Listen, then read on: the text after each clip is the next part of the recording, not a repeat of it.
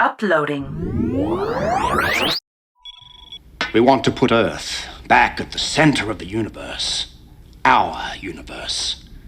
Get rid of alien influences. Get rid of aliens.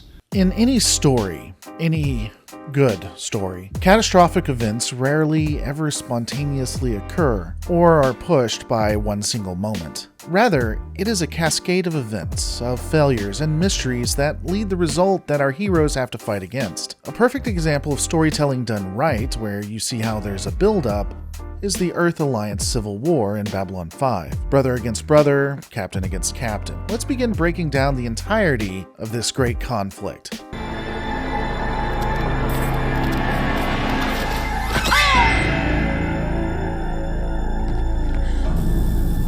Stay away from Earth, freak!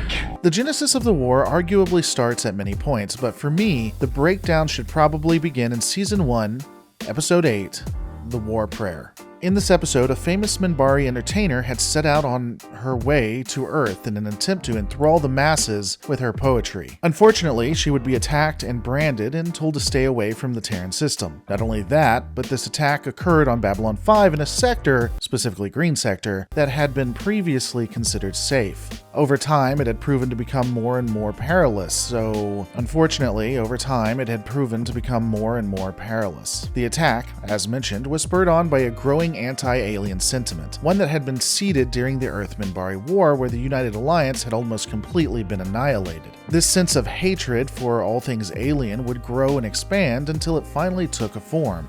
Home Guard? That brand is their calling card, and according to the latest security updates, their numbers are growing daily, along with a dozen or so other pro-Earth groups. Pro-Earth? They're nothing but hate peddlers playing off fear and ignorance to turn human against alien. This form being known as Home Guard. These attacks wouldn't only be spurred on Babylon 5, but happen on both Mars and Earth. Honestly, it'd be happening everywhere. However, the creation of the group and their terrorist acts aren't ironically the problem. Not really. Ever hear of the Home Guard? Yeah, sure. And if you ask me, they got the right idea. It's about time we human beings stood up for our own rights. Damn aliens are ruining everything for us.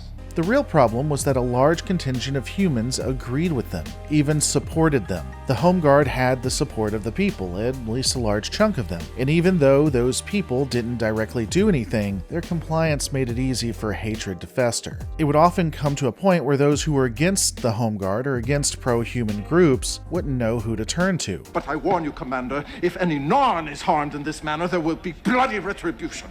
One of the problems with hate, though, is that it breeds more hate. Aliens would become mistrustful of the humans, which would cause more human mistrust, and this would ultimately hit the Earth Alliance leadership. They would ultimately fracture as well. Both sides would bend and break, and the situation would continue to get more dire.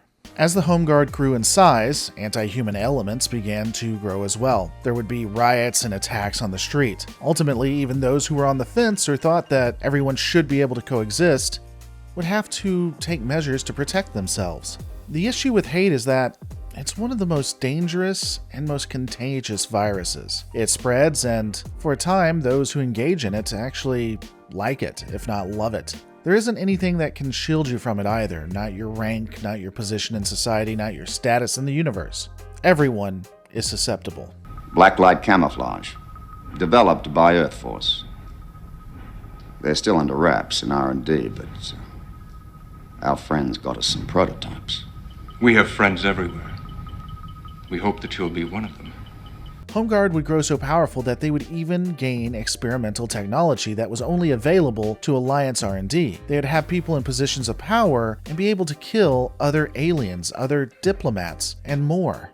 The hatred of Homefront was at all levels. They permeated the culture, and thus, more diabolical forces would take advantage of that. But that's a conversation for a later time.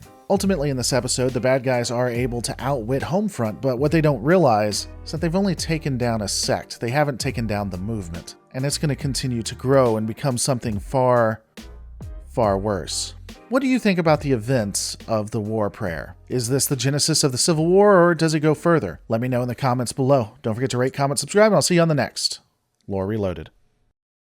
I don't know what's worse, damn aliens or the traitors who suck up to them over their own kind.